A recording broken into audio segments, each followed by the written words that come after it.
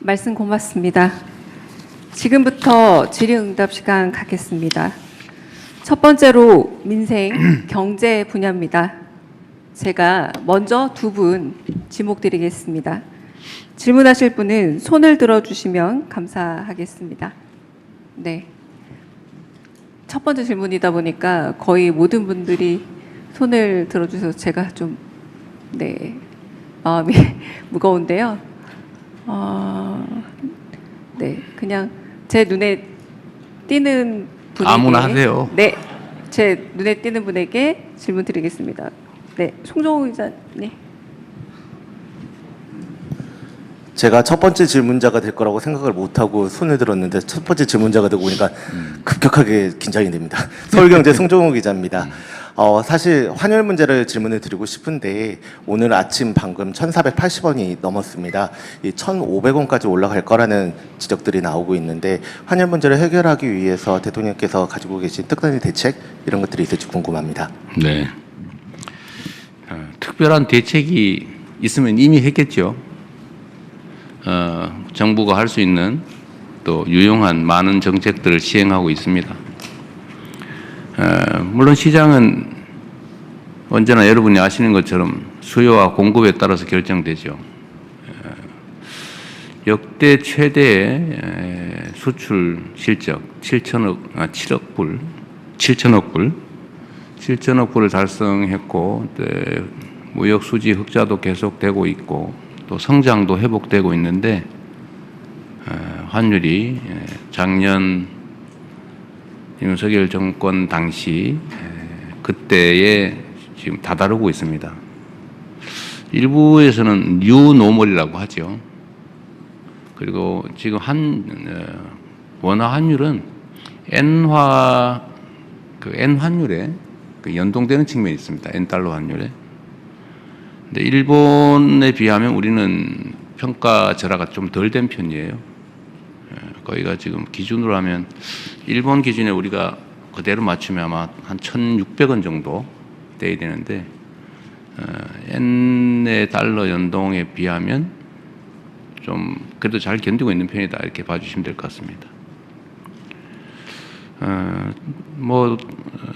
관련 책임 당국에 의하면 한두 달 정도 지나면 1,400원 전후로 떨어질 거다라고 이렇게 예측들을 하고 있습니다.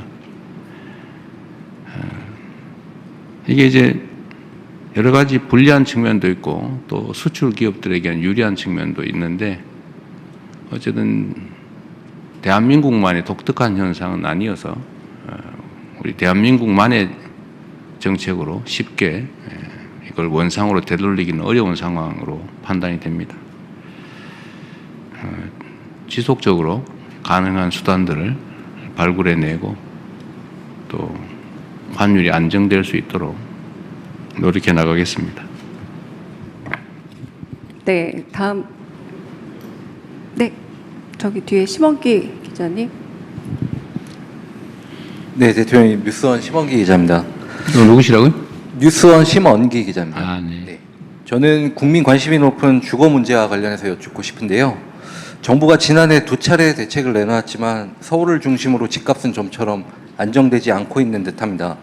추가 공급 대책이 시급하다는 의견이 많고, 정책실장께서는 최근 양도세 보유세를 언급하셔서 그 개편 가능성에도 국민들 관심이 높은데요. 대통령께서는 그동안 시장의 자율성을 강조하며 인위적 개입은 지양해야 한다는 지론을 밝혀오셨지만, 서민 집값 안정을 위해선 정부의 직접적 개입이 불가피한 것 아니냐, 필요하다는 의견도 상당히 고심이 크실 것 같습니다. 정부가 이른 시점 혹은 상반기 중에는 부동산 정책의 큰 그림을 제시할 준비를 하고 계신지, 양도세나 보유세 등 세제 전반 개편도 함께 추진할 계획이신지 등에 관해 말씀 주시면 감사하겠습니다.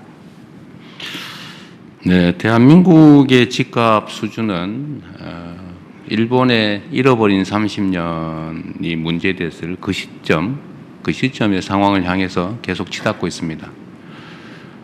아마 아시겠지만 평균적인 노동자들이 받는 월급을 한 푼도 안 쓰고 전부 적금할 경우에 그 지역에 집을 사는데 몇 년 걸리냐 이런 지수가 있는 거 아마 잘 아실 겁니다. 대한민국이 아마 정확한 숫자는 아닌데 15년 동안 하나도 안 먹고 하나도 안 쓰고 다 모아야 겨우 평균적인 근로자가 평균적인 집을 살 수 있다. 막 그래 돼 있을 거예요. 엄청나게 집값이 높은 거예요. 여러 가지 요인들이 있겠죠. 대한민국은 투자 자산이 전부 부동산, 거의 대부분이 부동산 아닙니까? 이런 나라도 좀 드물죠. 그래서 수도권 집중도가 엄청나게 좀 높죠. 지금도 수도권으로 몰리고 있습니다. 그러니까 당연히 수요 공급의 균형이 무너지고 집값이 상승하게 되는 요인이 되는 것 같아요. 아주 근본적인 대책은 수도권 집중을 완화하는 것하고 이제 자산 배분에서 이제 부동산 보유 비중을 줄이는 것이라고 생각됩니다. 그래서 근본적인 정책 방향을 우리는 이제 금융의 생산적 금융으로의 전환. 돈만 있으면 무조건 집을 또는 땅을 건물을 사려고 하는 이걸 좀 이제는 좀 유용한 금융 자산으로 특히 그 중에서도 생산적 영역에 주식 시장으로 이렇게 전환을 하기 위해서 우리가 정책적 노력을 하고 있습니다. 뭐 조금은 효과가 있는 것 같아요. 그리고 또 한 가지는 이제 수도권 집중 완화를 위한 또 국가의 장기 성장 전략으로서 지방 균형 발전, 또 지역에 대한 투자, 또 인구가 서울로 좀 덜 몰리고 또 지방으로 갈 수도 있게 이런 각종 정책들을 하고 있습니다. 미세하긴 한데 하나의 이제 이게 큰 효과가 있다는 뜻은 아니고 저기 이제 인구 소멸 위험을 겪는 저쪽 남부 지방, 강원도 저쪽에 아주 구석에 충청도 어디 이런 지역에 농어촌 기본소득이라고 이제 월 15만 원 1인당 연간 180만 원쯤 되겠죠. 이제 이거를 지역 화폐로 지급해서 동네에서 좀 쓰게 이렇게 했더니 인구가 많이 늘어났다고 해요. 근데 이게 지금 2년만 한다고 하니까 좀 긴가민가 2년 후에는 어떡하지 이러겠지만 아마 이게 장기적으로 지속적 정책으로 추진될 경우에는 아마 여러분도 이렇게 한 달에 세 가족이면 45만 원씩을 그냥 지원받을 수 있단 말이야. 부부가 가면 기초연금에다가 농어촌 기본소득 더하면 사는데 지장이 없네 이렇게 판단되면 아마 여러분도 나중에 많이 지방으로 갈 가능성도 있죠, 그죠?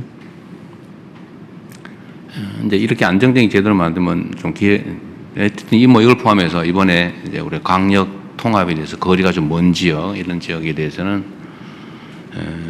뭐 사실은 잘 상상하기 어려운 규모의 재정 지원, 또 권한 배분, 기업 유치, 공기업 우선 이전 뭐 이런 등등의 아주 압도적 조치들을 하려고 합니다. 이러면 조금씩 효과가 있겠죠. 그러나 이건 아주 근본적인 대책이고 좀 단기적 대책으로 보면 보통 우리가 생각하는 대로 뭐 공급을 늘리는 방법, 또 수요를 억제시키는 방법, 뭐 이 두 가지 아닙니까? 공급을 늘리는 방법으로는 수도권에 집을 지을 땅을 대대로 확보하거나 재건축, 재개발을 활성화하거나 아니면 뭐 여유부지들의 주택을 추가로 짓거나 하는 거죠. 아마 곧 국토부에서 공급 확대 방안을 현실적인 공급 확대 방안을 발표할 겁니다. 아마 여러분들은 과거에는 뭐 주택을 뭐 100만 호를 뭐 이런 말씀을 많이 들었을 텐데 최근에 그 얘기를 잘 못 들으실 거예요. 연간 수십만 호가 사라지기도 하고 또 새로 지어지기도 하고 그러죠. 많을 때는. 근데 우리는 이제 그런 추상적 수치보다는 아주 구체적이고 현실적인 수치를 제시하려고 하죠. 그것도 뭐 계획 수준이 아니라 인허가 착공 기준으로. 그래서 곧 공급을 늘리는 방안은 발표할 테니까 조금 기다려봐 주시고요. 두 번째로 이제 공급에는 신축 공급이 있고 이제 뭐 주택을 많이 가지고 있는 사람들이 내놓게 하는 공급책도 있죠. 뭐 그런 방법도 저희가 찾고 있습니다. 이제 수요를 억제시키는 거 말고 이제 공급을 늘리는 거 말고 수요를 억제시키는 것도 중요한 정책이죠. 근데 예를 들면 내가 이제 먹고 살만해져서 좀 더 넓은 집으로 가야 되겠네. 또는 내가 부모하고 같이 살다가 또는 동거를 누군가 뭐 하고 있다가 이제 독립해서 나 집을 하나 가져야 되겠네. 이런 정상적 수요는 우리가 적극적으로 보호해야 되겠는데 집을 사모아 가지고 한 채 한 채 사모아 가지고 집부자 돼봐야지. 이런 사람들이 있단 말이에요. 수백 채씩 가진 사람도 있고 그렇잖아요. 뭐 수십 채, 뭐 서너 채는 기본이고 이런 경우도 있어요. 이런 건 투기적 수요라고 하죠. 야, 앞으로 집값이 오를지 모르니까 집을 좀 미리 무리하더라도 사놔야 되겠네? 이런 투기적 수요도 있죠. 네, 이런 수요들은 그렇게 자본주의 시장경제 질서라고는 하지만 그렇게 바람직하지는 않죠. 집은 필수 공공재에 가까운데 그렇게 투기적 수단으로 만드는 게 바람직하지 않다. 그렇게 하면 이제 규제를 해야 되겠죠. 그러지 못하게. 뭐 토지거래 허가제라든지 뭐 여러 가지 방법들이 지금 시행되고 있습니다. 또 앞으로 필요하면 얼마든지 또 추가할 수 있죠. 그 중에 가는 이제 세금 문제가 하나 있는데 지금 아마 제일 궁금한 건 이 세금 문제일 거예요. 세금은 할 거냐 안 할 거냐 이렇게 묻는다면 그건 할 수도 있고 안 할 수도 있죠. 가급적이면 세금이란 국가 재정을 확보하기 위한 수단인데 이런 규제 수단으로 전용하는 건 바람직하지는 않아요. 가급적 자제하는 게 좋다.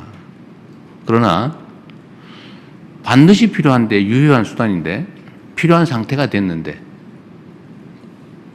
바람직하지 않다고 안 쓸 이유는 없죠. 가능하면 그런 상황이 안 오기를 바라죠. 그러나 저는 그런 생각은 합니다. 저는 이게 적절히 조정될 거라고 봐요. 근데 만약에 우리가 예정하고 있는 선을 벗어나서 사회적인 문제가 될 정도 상황이다라고 하면 당연히 이 세제 수단도 동원해야죠. 그리고 뭐 여러 가지가 있죠. 가지고 있는 집을 가지고 내놓게 하는 방법. 자기가 살지도 않으면서 투기용으로 또는 투자용으로 가지고 오랫동안 가지고 있다고 왜 세금 깎아줍니까? 여러분 동의되세요? 주식 같으면은 그 생산재 금융에 도움이 되니까 장기 보유에 대해서 혜택 주는 거는 그건 뭐 고려할 만한데 그리 바람직하지도 않은 투기용 부동산을 오래 가지고 있다고 세금을 깎아준다? 그거 좀 이상한 것 같아요. 예를 들면 뭐 그렇게 하겠다는 건 아닙니다. 그러나 뭐 내가 오래 살았다. 이건 보호해 줘야 되겠죠. 내가 한 집이 하나인데. 어떤 분들은 뭐 주거용 집을 5채 가지고 있다 이런 사람도 있는데 그러면 안 되고 주거는 하나만 하는 거죠. 하나만. 그런 거 보호해 줘야죠.